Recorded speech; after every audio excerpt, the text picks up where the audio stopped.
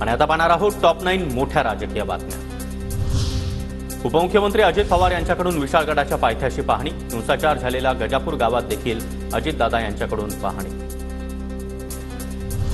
Gajapur हिंसाचाराविरोधात India आघाडी आणि शाहू प्रेमींच्या वतीनं सद्भावना रॅलीचं आयोजन। रॅलीमध्ये शाहू महाराज छत्रपती, आमदार सतेज पाटील आणि इंडिया आघाडीतील नेत्यांची उपस्थिती। दंगल थांबवता आली असती, मात्र काहीच केलं नाही म्हणून दंगल घडली।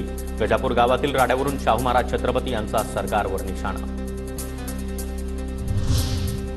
पवार नटसम्राट तर भुजबळ फिरत्या रंगमंचावरील कलाकार। संजय राऊतांचा मंत्री छगन भुजबळांना टोला, रंग रूप बदलून नाट्य निर्माण करण्यामध्ये भुजबळ माहिर असल्याची देखील टीका।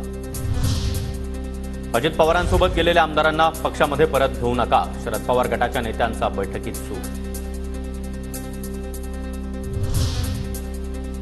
अजित पवारांना सोबत घेतलंय तर आता साथ सोडणार नाही। साप्ताहिक विवेकमधील लेखावर सुधीर मुनगंटीवार यांची प्रतिक्रिया, एकत्र आलोय तर आता पुढे जायचं असल्याचं देखील वक्तव्य। अजित पवारांच्या उपस्थितीतल्या पिंपरी चिंचवडमधील माजी नगरसेवकांच्या बैठकीला विलास लांडे यांची उपस्थिती। माजी आमदार विलास लांडे शरद पवार गटात जाणार असल्याची होती चर्चा। अनिल देशमुखांच्या विरोधामध्ये त्यांच्याच कुटुंबातील उमेदवार देणार। अजित पवार गटाच्या धर्मराव बाबा आत्राम यांची माहिती, अजित पवार गट विदर्भामध्ये 15 ते 20 जागा लढणार असल्याचाही दावा।